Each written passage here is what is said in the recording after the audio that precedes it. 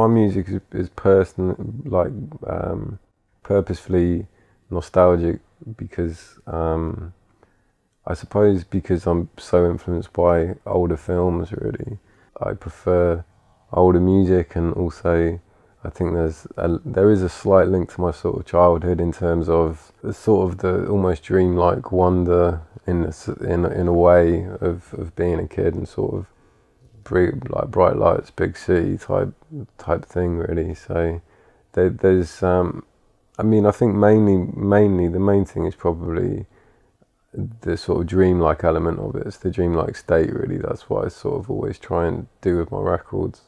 I like it to be hazy. I like it to feel a little bit like a dream, really, and that's what I sort of aim for, I think.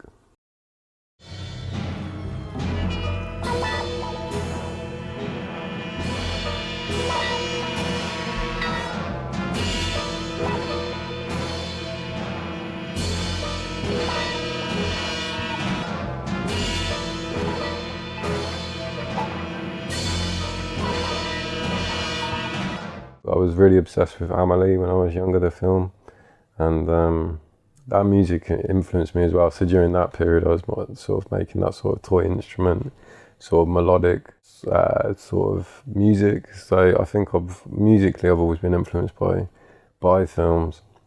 Now that I'm a bit older, I definitely appreciate things like There Will Be Blood and stuff like that in terms of film score and French Connection. So I'm really interested in basically like big orchestral scores now, especially if they've got an experimental edge or something. So French Connection's definitely got something strange going on with it musically, and yeah, basically everything's just Taxi Driver obsessed, really.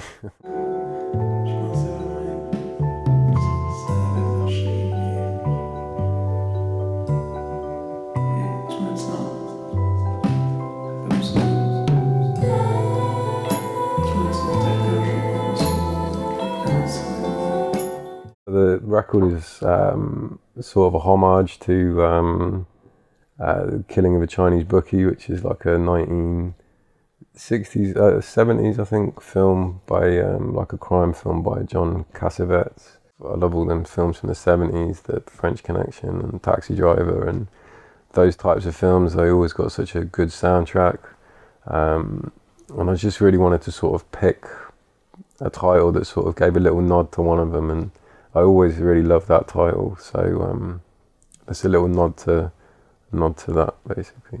I've tried to use a lot of techniques that I've ended up picking up from doing TV stuff and film stuff. Quite often you get given really complicated briefs, especially in adverts. You get 30 seconds, but you've got 5 people telling you all these different things that they want, and you've basically got to apply. You basically got to sort of tick all the boxes, but in a really short period of time. So it's quite so the arrangement has to be really on point to do it.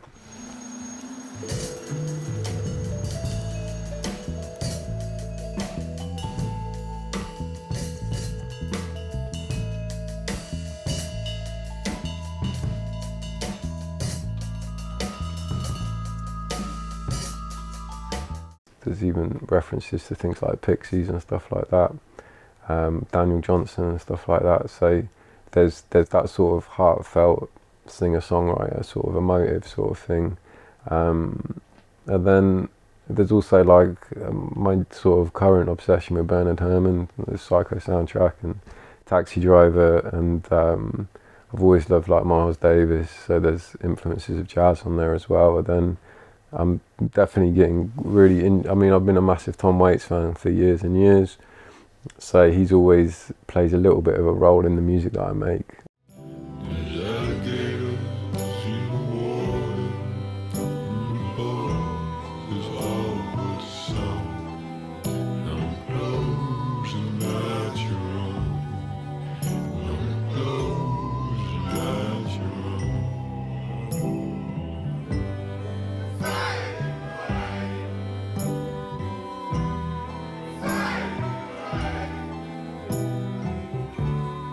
I like it to be melancholy, basically. I think I feel personally that it's almost a stronger emotion than happiness, which might sound a bit strange, but I personally relate to that a lot more. And I think through on this record, I think the thing that's actually ended up being quite important is like like putting effort into the vocals and actually trying to, it might sound corny, but sort of actually trying to feel the lyrics a little bit more and trying to actually sort of sing from the heart a little bit more rather than just accurately. So in terms of a formula, I think it's got to be personal. It's got to be something that people want to relate to and sort of feel.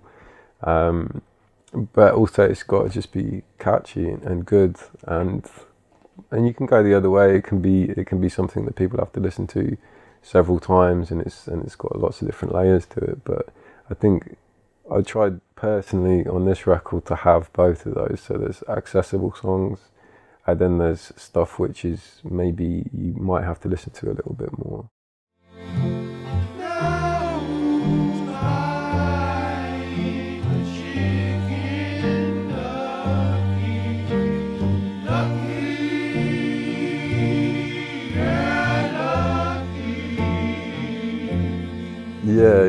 Yeah. It's for the film geeks. I don't know if anyone will get it, but yeah.